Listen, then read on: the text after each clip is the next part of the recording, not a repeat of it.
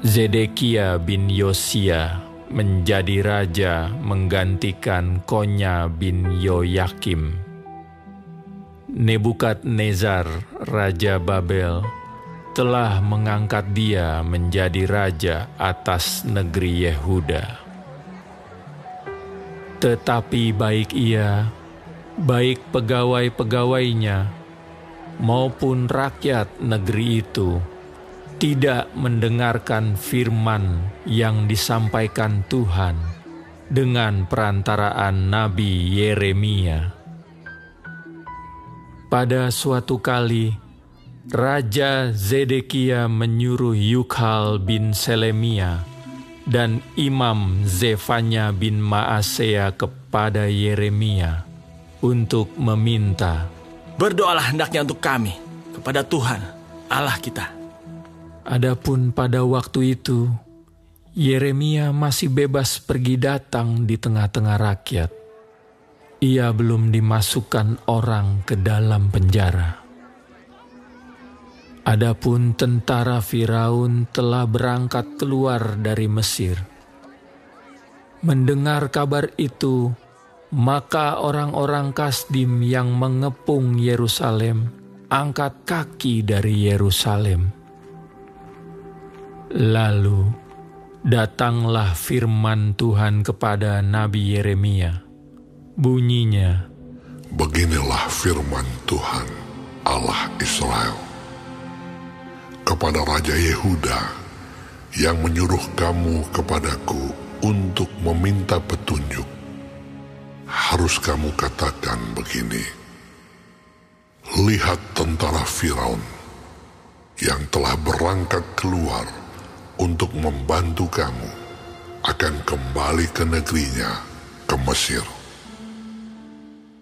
Tetapi orang-orang Kasdim akan datang kembali memerangi kota ini, merebutnya dan menghanguskannya dengan api. Beginilah firman Tuhan, janganlah kamu membohongi dirimu sendiri dengan mengatakan, orang-orang Kasdim itu telah pergi untuk selamanya daripada kita. Padahal mereka tidak pergi untuk selamanya. Dan seandainya kamu memukul kalah segenap tentara orang Kasdim yang telah memerangi kamu itu, sehingga di antara mereka hanya tinggal orang-orang yang luka parah, masing-masing di kemahnya, mereka akan bangun dan menghanguskan kota ini dengan api."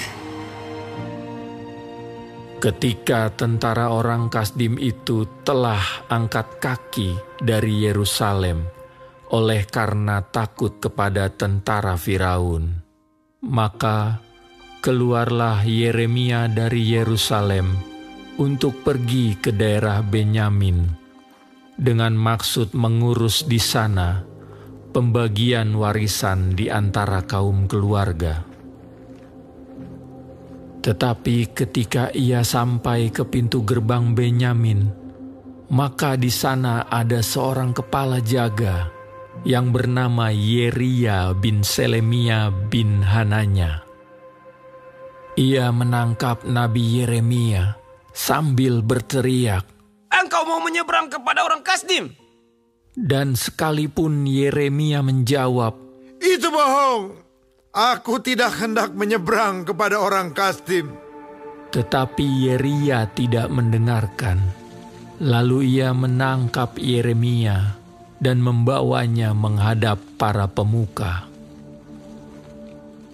Para pemuka ini menjadi marah kepada Yeremia. Mereka memukul dia dan memasukkannya ke dalam rumah tahanan, rumah panitera Yonatan itu. Adapun rumah itu telah dibuat mereka menjadi penjara. Demikianlah halnya Yeremia masuk ke dalam ruang cadangan air di bawah tanah itu, dan lama Yeremia tinggal di sana. Pada suatu kali, Raja Zedekia menyuruh orang mengambil dia. Lalu dengan diam-diam, bertanyalah raja di istananya kepadanya. Adakah datang firman dari Tuhan? Jawab Yeremia. Ada. Lagi katanya, Bunyinya, engkau akan diserahkan ke dalam tangan Raja Babel. Kemudian berkatalah Yeremia kepada Raja Zedekia, Apakah dosa yang kuperbuat kepadamu, kepada pegawai-pegawaimu, dan kepada bangsa ini, sehingga kamu memasukkan aku ke dalam penjara? Di manakah gerangan para nabimu yang telah bernubuat kepadamu bahwa Raja Babel tidak akan datang menyerang kamu dan negeri ini? Sekarang dengarkanlah, hai Tuanku Raja, biarlah permohonanku sampai di hadapanmu. Jangan kembalikan aku ke rumah panitera Yonatan. Nanti aku mati di sana. Raja Zedekia memberi perintah. Lalu orang menahan Yeremia di pelataran penjagaan dan memberikan setiap hari kepadanya sepotong roti dari jalan tukang roti, sampai pada waktu segala roti habis di kota itu. Demikianlah Yeremia tinggal di pelataran penjagaan itu.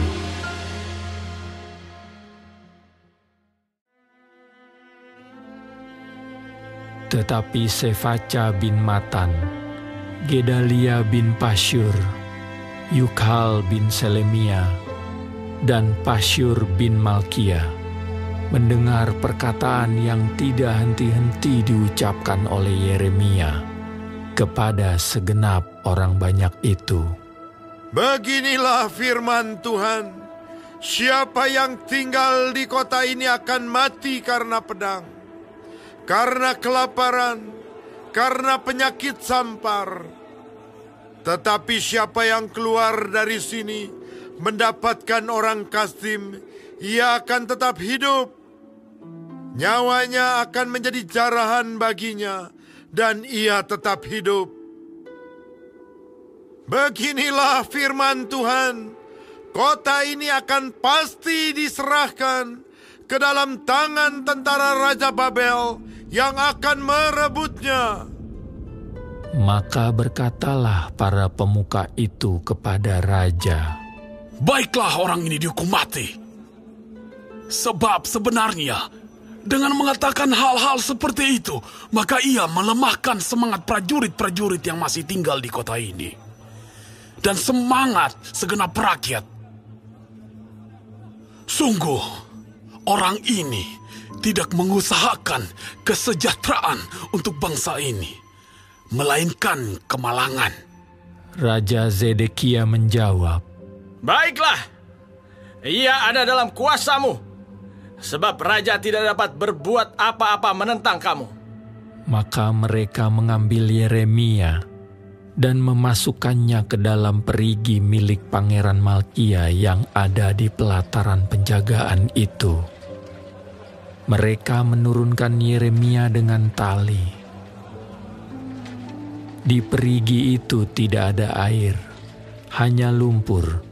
Lalu terperosoklah Yeremia ke dalam lumpur itu. Tetapi ketika didengar Ebed-Melek, orang Etiopia itu, ia seorang sida-sida yang tinggal di istana raja, bahwa Yeremia telah dimasukkan ke dalam perigi. Pada waktu itu, raja sedang duduk di pintu gerbang Benyamin. Maka keluarlah Ebed-Melek dari istana raja itu, lalu berkata kepada raja, Ya Tuanku Raja, perbuatan orang-orang ini jahat dalam segala apa yang mereka lakukan terhadap Nabi Yeremia, yakni memasukkan dia ke dalam perigi. Ia akan mati kelaparan di tempat itu, sebab tidak ada lagi roti di kota. Lalu raja memberi perintah kepada Ebed-Melek, orang Etiopia itu. Katanya, "Bawalah 3 orang dari sini, dan angkatlah Nabi Yeremia dari perigi itu sebelum ia mati." Ebed-Melek membawa orang-orang itu dan masuk ke istana raja, ke gudang pakaian di tempat perbendaharaan.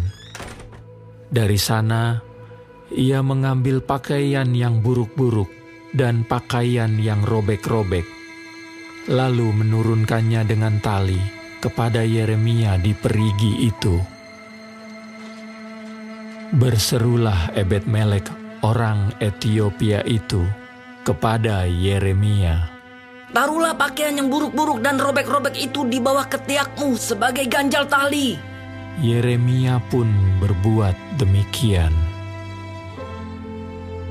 Kemudian mereka menarik dan mengangkat Yeremia dengan tali dari perigi itu. Demikianlah Yeremia tinggal di pelataran penjagaan itu. Raja Zedekia menyuruh orang membawa Nabi Yeremia kepadanya di pintu yang ketiga pada rumah Tuhan. Berkatalah raja kepada Yeremia, "Aku mau menanyakan sesuatu kepadamu. Janganlah sembunyikan apa-apa kepadaku." Jawab Yeremia kepada Zedekia, Apabila aku memberitahukannya kepadamu, tentulah engkau akan membunuh aku, bukan? Dan apabila aku memberi nasihat kepadamu, engkau tidak juga akan mendengarkan aku.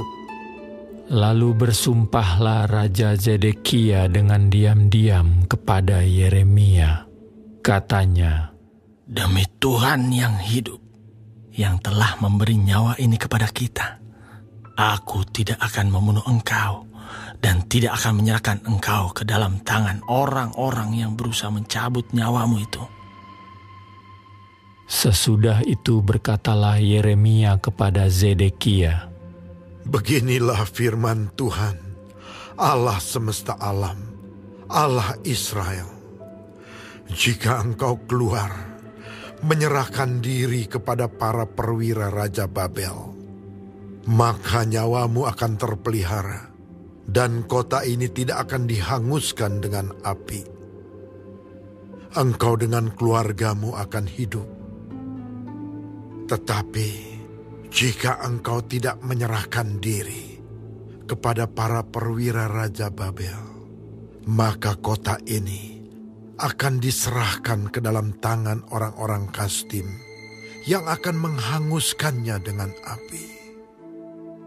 Dan engkau sendiri tidak akan luput dari tangan mereka. Kemudian berkatalah Raja Zedekia kepada Yeremia, Aku takut kepada orang-orang Yehuda yang menyeberang kepada orang Kasdim itu. Nanti aku diserahkan ke dalam tangan mereka, sehingga mereka mempermainkan aku. Yeremia menjawab, Hal itu tidak akan terjadi. Dengarkanlah suara Tuhan dalam hal apa yang kukatakan kepadamu. Maka keadaanmu akan baik dan nyawamu akan terpelihara. Tetapi jika engkau enggan menyerahkan diri, maka inilah firman yang dinyatakan Tuhan kepadaku. Sungguh, semua perempuan yang masih tinggal di istana Raja Yehuda digiring keluar ke hadapan para perwira Raja Babel sambil berseru, Engkau diperdayakan, dikalahkan oleh sahabat-sahabatmu. Tetapi baru saja kakimu terperosok ke dalam lumpur, mereka sudah berpaling pulang. Semua istrimu dan anak-anakmu akan digiring keluar ke hadapan orang-orang Kasdim itu. Dan engkau sendiri tidak akan terluput dari tangan mereka, tetapi engkau akan tertangkap oleh Raja Babel, dan kota ini akan dihanguskan dengan api. Lalu Berkatalah Zedekia kepada Yeremia, "Janganlah ada orang yang mengetahui tentang pembicaraan ini, supaya engkau jangan mati. Apabila para pemuka mendengar bahwa aku telah berbicara dengan engkau, lalu mereka datang meminta kepadamu, beritahukanlah kepada kami apa yang telah kau katakan kepada raja, dan apa yang telah dikatakan raja kepadamu. Janganlah sembunyikan kepada kami, supaya engkau jangan kami bunuh. Maka haruslah kau katakan kepada mereka, aku menyampaikan permohonanku ke hadapan raja, supaya aku jangan dikembalikannya ke rumah Yonatan untuk mati di sana." Memang semua pemuka itu datang bertanya kepada Yeremia, tetapi ia memberi jawab kepada mereka, tepat seperti segala yang diperintahkan raja.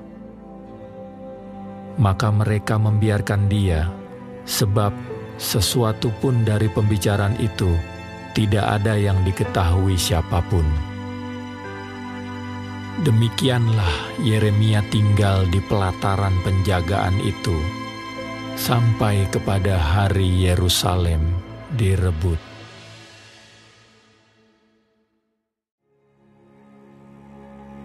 Ketika Yerusalem direbut, dalam tahun yang ke-9 pemerintahan Zedekia Raja Yehuda, dalam bulan yang ke-10, telah datang Nebukadnezar, Raja Babel, beserta segenap tentaranya untuk mengepung Yerusalem.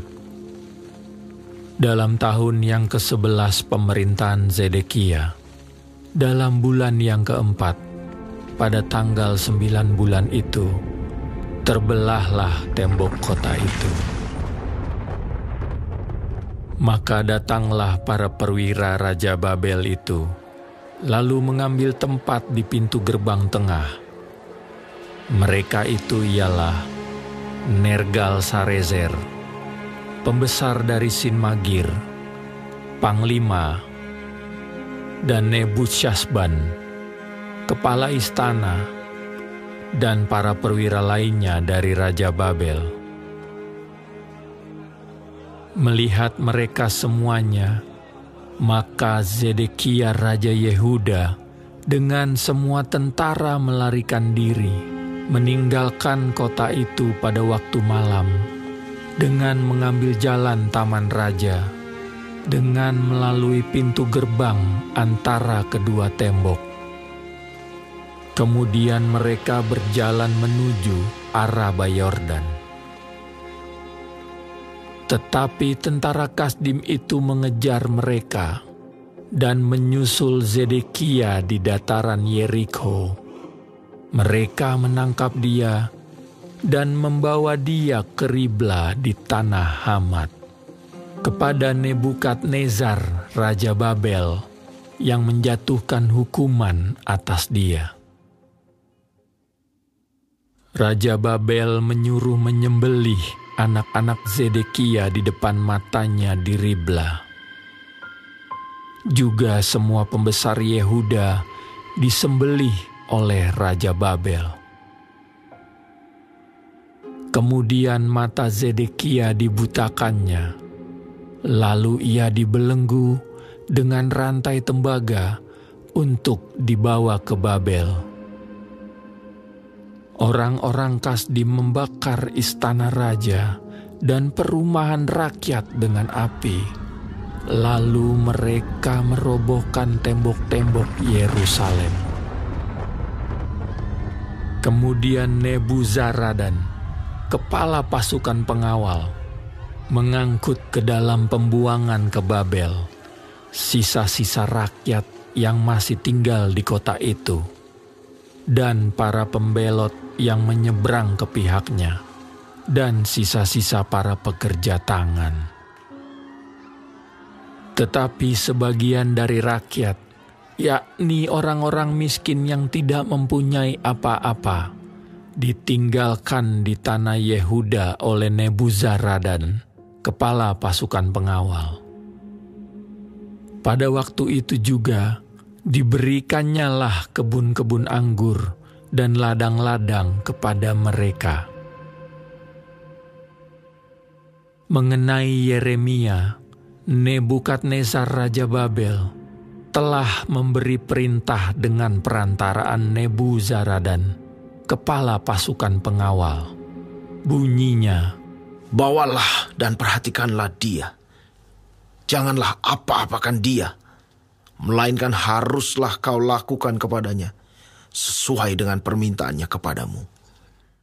Maka Nebuzaradan, kepala pasukan pengawal, beserta Nebusyazban, kepala istana, dan Nergal-Sarezer, panglima, dan semua perwira tinggi Raja Babel, mengutus orang.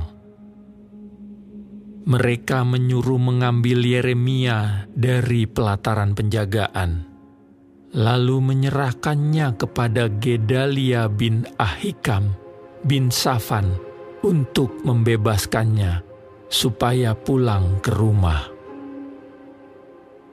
Demikianlah Yeremia tinggal di tengah-tengah rakyat. Selagi Yeremia masih terkurung di pelataran penjagaan, firman Tuhan datang kepadanya. Bunyinya, "Pergilah kepada Ebed-Melek, orang Ethiopia itu, dan katakanlah kepadanya, beginilah firman Tuhan semesta alam, Allah Israel. Sesungguhnya firmanku terhadap kota ini akan kulaksanakan untuk kemalangan dan bukan untuk kebaikannya. Dan semuanya itu akan terjadi di depan matamu pada waktu itu juga. Pada waktu itu juga, demikianlah firman Tuhan. Aku akan melepaskan engkau, dan engkau tidak akan diserahkan ke dalam tangan orang-orang yang kau takuti. Tetapi dengan pasti aku akan meluputkan engkau. Engkau tidak akan rebah oleh pedang. Nyawamu akan menjadi jarahan bagimu, sebab engkau percaya kepadaku. Demikianlah firman Tuhan."